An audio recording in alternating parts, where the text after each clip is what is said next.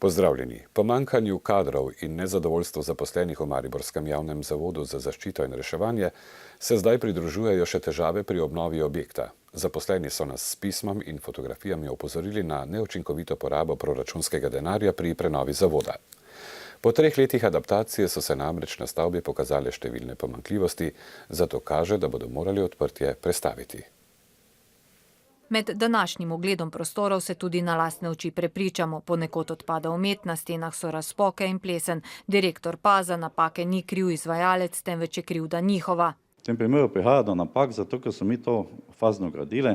Že predtem je v bistvu to zateklo, zdaj zateka seveda še 4 leta. In ker te fasade ni, seveda nastala določena škoda na zunanjih stenah, ampak to ni vprašanje izvajalcev, tudi ne moja odgovornost, gre za to, da niso bila zagotovljena sredstva, da bi dokončali gradnjo v 1 letu ali pa 2 letih. Ob tem priznava, da so bile tudi napake izvajalcev, a so jih ti že odpravili. Napake, ki se pojavljajo pri izvajalcih, v bistvu niso problematične. Vsi izvajalci v bistvu so morali predložiti bančne garancije. Fotografije zaposlenih so romale tudi na mariborsko občino, ki je glavni financer dobra 2 milijona evrov vredne obnove. Župan je jasen, napake bo do odprtja treba odpraviti. Ali si je prostore ogledal tudi sam pa? To lahko takoj, se to ni problem. Jaz sem bil zdaj 2, 3 tam, ampak me noben ni opozoril, da so kakšne take. Jaz sem si ogledal gradbišče, recimo te prizidka, kjer bo reševalna služba. Župan je sicer z napetostmi v zavodu seznanjen, rešitev pa vidi v menjavi vodstva. Gospod Keček mi je pa dal odstopno izjavo, jaz sem se s tem strinjal. To pomeni, da bomo do konca leta to stvar uredili. Keček to zanika, govorili so le o prerazporeditvi na drugo delovno mesto. Nova Kreditna banka Maribor je s preoblikovanjem svojih terjatev v lastniški delež v torek postala največja, kar 75-odstotna lastnica športnega centra Pohorje. Podobno naj bi v kratkem storila tudi Nova Ljubljanska banka. Vstop obeh bank v lastništvo močno zadolženega podjetja naj bi omogočil njegovo lažjo sanacijo in prodajo strateškemu kupcu. Nova KBM je s pretvorbo 7,5 milijona evrov terjatev v lastniški delež postala večinska lastnica športnega centra Pohorje, ki je sicer od julija letos v prisilni poravnavi. Podobno naj bi svojim 2,5 milijona terjatev v kratkem naredila tudi NLB, ki bi postala lastnica preostalega deleža. S tem naj bi uspešneje sanirali podjetje, katerega knjigovodska vrednost je 60 milijonov evrov. Banke po naravi v njihovi dejavnosti ni, da so lastniki takih družb, se pravi, primarni cilj bo poiskati strateškega partnerja. Z vstopom bank pa je svoj lastniški delež izgubila ekipa, ki je center leta 1994 ustanovila. Drago Rataj, Gorazd Bedrač, Bojan Gerlič, Leo Ivanko, dosedanji direktor Srečko Vilar in drugi pa ne bodo rabili poplačati za 72,1 milijona dolgov, kolikor jih je ustvarila družba. Ta bo verjetno dobila tudi novega direktorja. Verjamem, da imajo v tej zvezi že tudi kakšne ideje. Te ideje meni še niso znane. Večino denarja sicer športni center Pohorje dolguje obema bankama, nekaj tudi podjetjem, s katerimi je lastniško in kadrovsko povezan, pa tudi mariborskim javnim podjetjem. Mariborskemu vodovodu skoraj 352 tisoč evrov.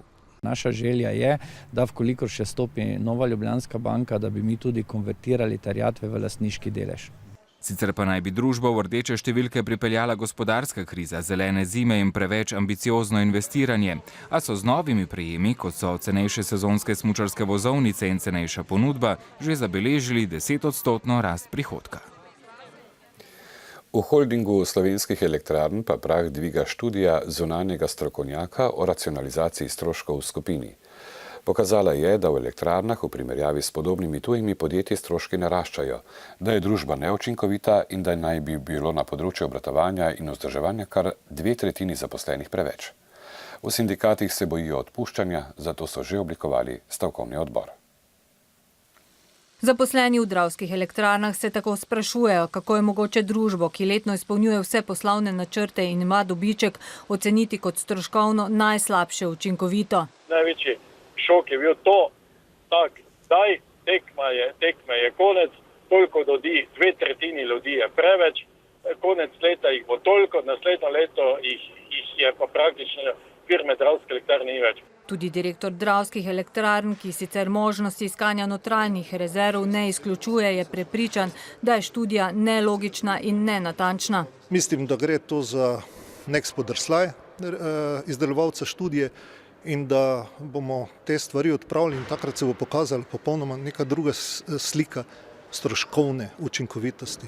Kot podatek pa še navrže. V Dravskih elektrarnah smo v lanskem letu delali svojo elektriko za 1 megavat za 25 evrov, na spodnji Savi za 42 evrov in pa v Soških elektrarnah za 54 evrov in nekako ne gre dobena trditev potem, ko to pogledaš, kdo je učinkovit in kdo ni. V vodstvu holdinga direktor se sicer mudi v tujini, zatrjujejo, da na osnovi analiz ne bo nobenega odpuščanja, bodo pa na njihovi podlagi pripravili prihodnje ukrepe za celotno skupino, a v Dravskih elektrarnah se bojijo, da so v ozadju drugi interesi. Lastnik hoče, kaj hoče narediti, takoj pomisliš najslabšo, najbolj črn scenarij, hoče narediti to, očistiti kompletno skupino holdinga, očistiti po naši oceni cirka 1000 delovnih mest, pa prodati to tujco, to zlatnino. Sindikati se bodo sicer v ponedeljek sestali z vodstvom holdinga, poslovodstvom družb in sveti delavcev. Če ne bo prišlo do razumnega dogovora, tako Majhenič, bodo zahteve še zaostrili. V Mariborskem centru alternativne avtonomne produkcije so pripravili posvet o zadrugah. Ta oblika poslovnega združevanja temelji na članstvu in je v svetu znana alternativa sedanjemu ekonomskemu sistemu. V Sloveniji trenutno nastaja okoli 20 novih pobud v obliki zadrug na različnih področjih, od socialnega, stanovanjskega, proizvodnega do medijskega. Pri nas so najstarejše zadruge v kmetijsko-gozdarski panogi. Skupno jim je, da so zasnovane na članstvu, poleg tržnega interesa pa člane združuje socialna odgovornost. Mislim, da imamo problem v Sloveniji z zadružništvom in skupnostnim delovanjem, pravzaprav zaradi tega, ker smo enostavno pozabili nekatere skupnostne izkušnje, vrgli smo jih čez ramo, ko smo zapustili bivšo Jugoslavijo. Zadruge nastajajo zlasti v kriznih obdobjih. V sindikatu lesarstva želijo tako obuditi proizvodnjo v Dolenjskem Novolesu. Mi imamo članstvo, ustanovljen konzorcij, delavci nimajo pogoja, da morajo biti člani zadruge. Kdor hoče je, kdor ni, kdor pač bi bil član, bi nekaj tudi prispeval v to lastništvo in potem bi seveda lažje naprej delali. Zadruge po svetu skupaj ustvarijo 1600 milijard ameriških dolarjev prometa in zagotavljajo več kot 100 milijonov delovnih mest. Zaradi vrednot, kot so solidarnost, samopomoč in enakopravnost, spadajo zaposlitve v zadrugah med najbolj priljubljene. Nadaljujemo z dogajanjem na področju nepremičninskega trga. Vlada je po številnih usklajevanjih potrdila predlog zakona o davku na nepremičnine in ga poslala v državni zbor. V predlog je vnesla nekaj izjem, med drugim glede zaščite socialno ogroženih, tako da je predviden izplen nekoliko nižji. Zakonski predlog je deležen večinoma kritik. Vrednosti nepremičnin pa so v Mariboru, kjer nepremičninski agenti opažajo za 1/5 do 1/3 manj prometa, najbolj znižali gostinskim in industrijskim lokalom. Za vsaj 10% stanovanjem nekoliko več hišam. A nižje cene nepremičnine ne pomenijo, da se bodo te bolje prodajale. Nadstropno hišo tik pod Mariborskim Pohorjem za manj prodajajo že od januarja, zgrajena v 70. letih prejšnjega stoletja in dozidana obsega 360 kvadratnih metrov. Cena takrat je bila postavljena 220 tisoč evrov, zdaj je pa 168 tisoč evrov, pa še vedno pač prodajava naprej, s tem, da vem, da jo bomo mogla še za kar krepko znižati. Gurs jo je ocenil na 255 tisoč evrov, koliko je vredna danes, niso mogli preveriti. Znesek pa je gotovo precej višji od trenutne prodajne cene. Bo izgubila po mojem več kot polovico. A za odmero novega davka bo država upoštevala oceno geodetske uprave. Ja, to pa sigurno, se pa veste, da če ne pa država stopnate, kakorkoli obrneš. Bomo imeli še več revščine, kakor je. Revščina je že zdaj in potem še nas obremenjujejo s temi davki. Hišo imam na hribu, pa zemljo večino na hribu, vse pa je v prvi razred, ampak je taki hrib, da še niti gor ne moreš. Tudi banke se sklicujejo na Gursovo vrednost. Če gledamo, tudi sam kredit je povezan z Gursovo vrednostjo tudi. Tudi sama prodaja. Lahko se zgodi, da eno stanovanje vredno 35 tisoč evrov, po Gursu je vredno 60. Indeksacija oziroma procentni delež, ki se upošteva pri znižanju, je samo 20%, torej ljudje plačujejo dosti več, kot dejansko prodajo. Nove vrednosti bodo tudi osnova za davek na nepremičnine, ki naj bi začel veljati prihodnje leto, zato naj lastniki sami preverijo, ali imajo na Gursu pravilne podatke. V torek je minilo leto dni, odkar so prehitre voznike na nekaterih mariborskih cestah začeli odkrivati sporni stacionarni radarji. Čeprav glob za prekrške, te naj bi se nabralo za več kot 250 000, občani niso plačali, pa so bili merilniki hitrosti povod za največje proteste v zgodovini Slovenije. 16. oktober lani visoki črni stebri začnejo beležiti prekrške. Samo v prvih 36 urah jih zazna 5000. Šokirani vozniki so prepričani, da je bolj kot kaznovanje za prehitro vožnjo v ospredju zaslužkarstvo. Mogoče bo pa občina na ta način služila. To je grozno, ne? Ampak pravzaprav je pa prav, da red naredimo, ne? Da ne bomo drugega pobijali. Prekrškovni sistem pa je v tem primeru samo, da ljudje prisilimo v to, da bodo začeli upoštevati predpise. Vse lokacije so objavljene, torej nič ni skrito, ne? Skrito pa ne ostane niti nezadovoljstvo občanov. Že teden dni kasneje nekateri radarji zagorijo, 2. novembra pa se ljudje prvič zberejo tudi na ulici. Zahtevajo odstranitev radarjev in odstop župana. Radarji stojijo na mestih, kateri sploh niso nevarni. To pomeni, gre se samo za jemanje denarja. Ali redki so se zavedali, da so s tem zanetili tudi največje proteste v Sloveniji, ki bodo odnesli takratnega župana Franca Kanglerja. Sporočam vam, da z 31.12. zaključujemo svoj mandat. Ti protesti so dokazali, da se da, torej zdaj moramo samo uporabiti te izkušnje in znanje, ki smo jih pridobili in nadgraditi pač. Medtem pa so radarji v 4 mesecih delovanja zabeležili preko 250 000 prekrškov, izdana pa ni bila niti ena položnica. Pristojne inštitucije namreč preverjajo, ali je pogodba med mariborsko občino in podjetjem Iskra Sistemi v zvezi s postavitvijo radarjev sploh zakonita.